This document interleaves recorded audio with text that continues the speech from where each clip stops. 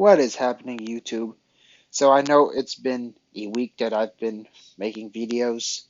Um, Part of it was I didn't really watch like exactly every single minutes of the Clippers game over the weekend. I did watch the Magic game, but I didn't really have the exact time to actually really officially make a video. I just kind of like took a weekend break basically. And the Portland Trailblazers, basically, the Clippers was dominating in everything, and Dan Craig was the coach. And I was kind of like, flipping channels, watching some Clippers games, and I've been watching a little bit of March Madness because, you know me, one thing I like to do is kind of like get a feel of who's going to come in the NBA draft. I've always had this passion of looking at prospects since like the post CP3 trades. Um, March Madness is pretty interesting. A lot of upsets. But anyways, let's get back to talking about tonight's game. And tonight's game, it's been terrible for us.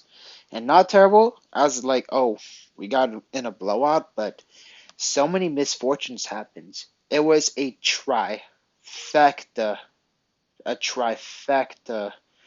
bad luck for the Clippers. So the first trifecta, the first part was Terrence Mann getting ejected for literally no reason. Dude was like, okay, so it started off when Kawhi just got fouled.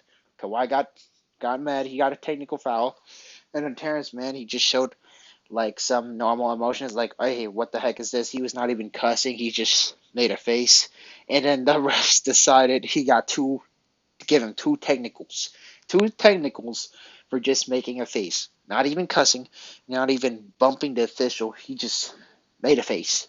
He got ejected. So that was the first trifecta, and then the second trifecta was um, Paul George. He got hurt. Lou Dort freaking, I don't know. It was like Paul George landed on Lou Dort, and then Paul George just freaking hyper extended the heck out of his legs. So that was like the biggest one, and that is scaring me. That is scaring me. I mean, y'all can hope for Paul George to get healthy, but that did not look good. That did not look good. Hopefully, by any miracle, it's not anything major, but that looked far from normal. And then the third trifecta was Kawhi pretty much just dribbled the ball out, but I wouldn't say it's 100% of Kawhi Leonard's fault. It's it like honestly, this is probably one of Tyronn Lue's worst coaching game ever. And Tyronn Lue this year, he's been terrible, beyond terrible. Tyronn Lue, like first 2 years, it was pretty questionable as well too, especially the 2021 when he didn't even give Terrence Mann a shot till like game three. I thought that was pretty suspect enough. But this year, he's been pulling a complete Doc Rivers. This man, he just look at the minutes distribution. This man only played Zubac. He only played 19 minutes. He decided to close out with Marcus Morris Sr. And that major decision resulted into Kawhi Leonard not getting a proper screen, a screen that would have given him a proper look. And then Mark Morris just he's been making a lot of boneheaded plays and resulted into like Zubac would have definitely helped a lot with the screen, and then Kawhi had to pretty much ISO the ball out and then just throw up a Hail Mary, which that was on Kawhi too, but there's like Tyronn Lue's coaching was like 60% of the factor. If Zubac wasn't there, he would have set a good screen, and Kawhi could have got an easy transition, get a basket in, and then probably he would have made it or missed. Who knows? But at least it would have been, a much better possession rather than Kawhi just literally just doing a ball handling drill within the last 20 seconds. But anyways, let's go player by player. Paul George. Paul George, he did not shoot well from the three, but that man was getting energetic. That guy was getting to the basket aggressively. He did two domination dunk. He did one nice dunk, and he did the pretty much, I believe, the windmill or the 360 or whatever, or the reverse dunk. I don't know how y'all want to call it, but like it was looking so good. And then that man got hurt. He got 7 rebounds and 5 assists. So that man was doing a lot of stuff, and he got 3 steals and a block. He was full on aggressive. That's a bummer. That's a bummer that Paul George he got hurt, and especially it was against the Thunders too. The guy who pretty much we traded SGA for Paul George and a bunch of first round picks, which pretty much was pretty questionable even during that time because that's a lot of first round picks and us Clippers fans we knew Shea was the guy, but now it's looking down catastrophic. Like even if we win the championship with Kawhi and PG, I don't know if that trade is even like good for us at best. OKC, let's just get it straight. They won the trade. Don't try to deny it. But as for the Clippers, the best case scenario that would have been an okay trade at minimum. I mean at maximum. But right now, it's far from good. Like what I mean of saying it's an okay trade, that's assuming we win the championship. We still gave up Shea and we still gave up so many picks. We could have probably potentially got I don't know, J Dub or maybe like if I'm sure we're definitely gonna have a lot of better records, so we could have maybe end up with I don't know, maybe a Desmond Bain, like maybe a Kawhi PG. I mean not Kawhi Shea, and then a Desmond Bain, or you could have still got Paul George, but it would have been a lot cheaper. So that's definitely a trade that definitely could like I don't know, it definitely dug us a hole. So that's why ever since the SGA trade, I definitely like get really adamant when I hear someone want to include first round picks or any of our young players that I'm personally high on. That's why I get really defensive against it because no, you don't want to screw yourself more. You don't want to screw yourself more. But anyways, Kawhi Leonard, he was actually not really himself this game. That boy, he started off cold. That man was missing so much shots. He did kind of eventually get it going. Um, the last possession was terrible though. That like yeah. Ivica Zubac would have definitely helped instead of I don't know what Ty Lue's brain was thinking, putting Marcus Morris in. But still, Kawhi could have probably like tried to go to get it in the basket, and if Kawhi got doubled, he could have just dished it out to someone wide open. That would have been so much better, so much better. Like maybe an Eric Gordon or Nico Batum. Maybe Marcus Morris, but I don't know about Marcus Morris or Russ because both of them they're not the best at 3-point shooting. But definitely, like it was on Kawhi too. Um, but but then the next player I'm gonna talk about, Marcus Morris. Marcus Morris, that boy was far from good. 3 for 10, 1 for 6 from three. So he missed a lot of shots. Marcus Morris is the type of player that you have to rely whether his jump shot is on or not. Because on other things, he doesn't really, contribute on how you want him to. I guess I'll give him props for 5 rebounds, and he got 3 assists, so I guess I could give him that. But that man was shooting a lot of bricks. Rebounding was decent, but his defense was mad suspect as hell.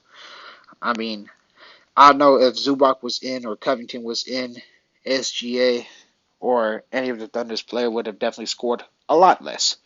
Thunders would not even score triple digit. It would have they would have probably only scored like maybe 92 points. And then Ivica Zubac. How did this guy not even get 20 minutes?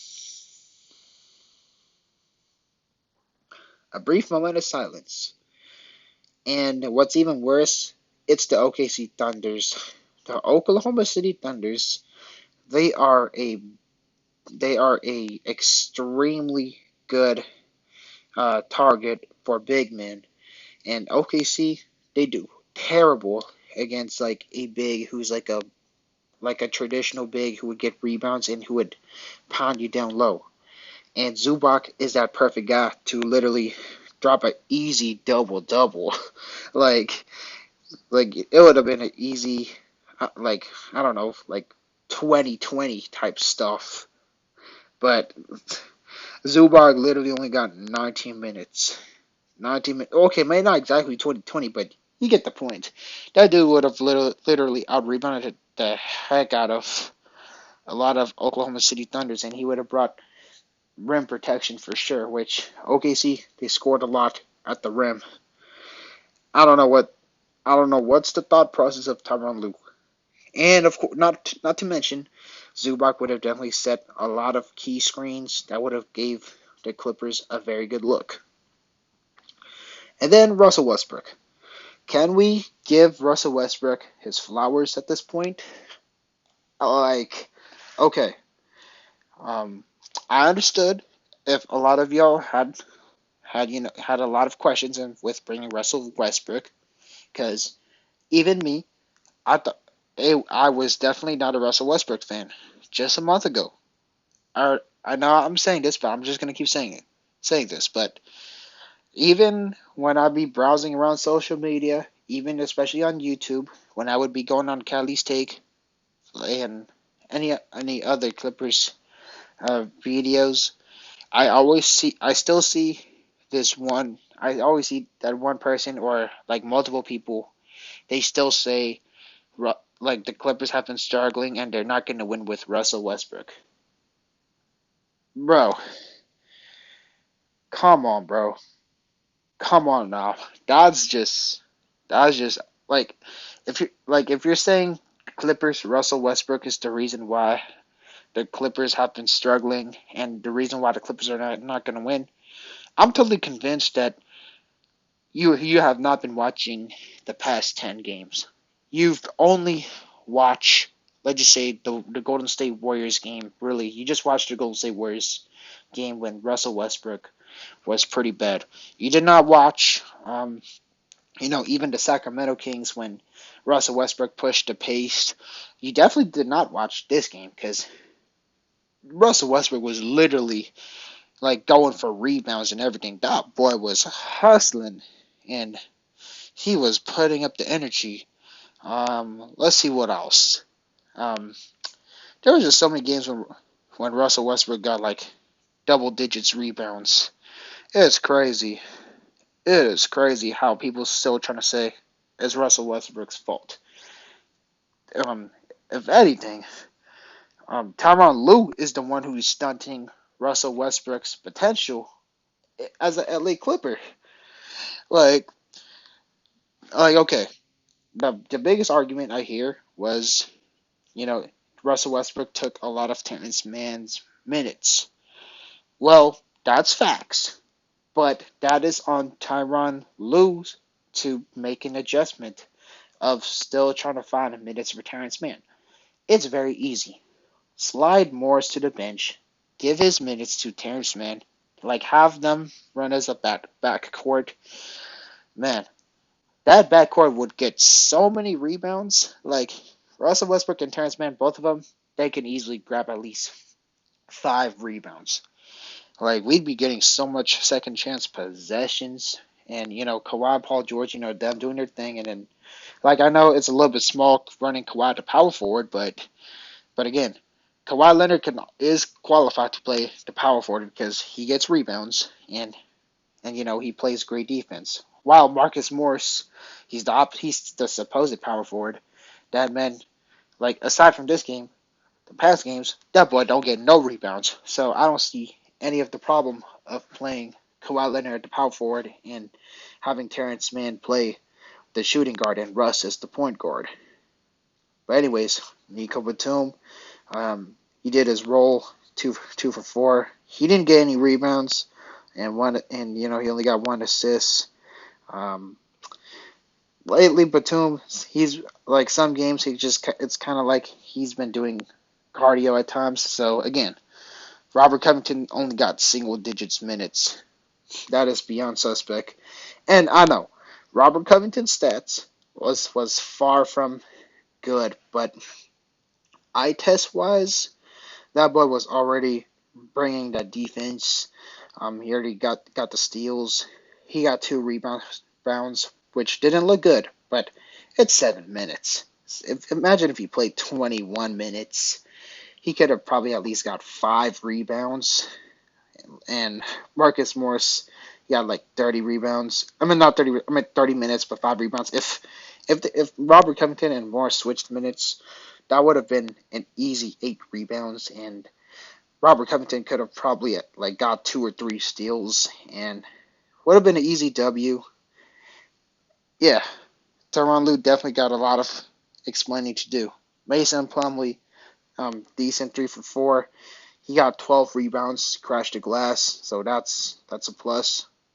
Eric Gordon, he started off very cold, but within the third or fourth quarter, he kind of stepped up and he hit 2 clutch shots, so I had to give him that. And, he got 2 assists, so again, pretty solid. Should Bones Highlands be playing? I don't know. That's up to y'all to decide. But you probably know my answer. Terrence Mann, 3 for 5. Sucks that dude got ejected, so the refs sold us for sure. Um, so many things sold us, really. But anyways, let's go to the Oklahoma City Thunders. Um, J Dub.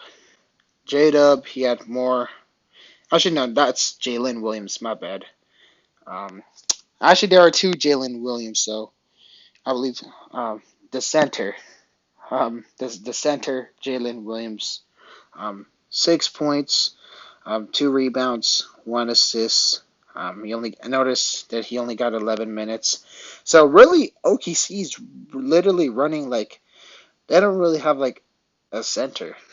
So that's even more dumber how Tyronn Lue like didn't even take advantage and play Ivica Zubac, who would have just gobbled and got easy double.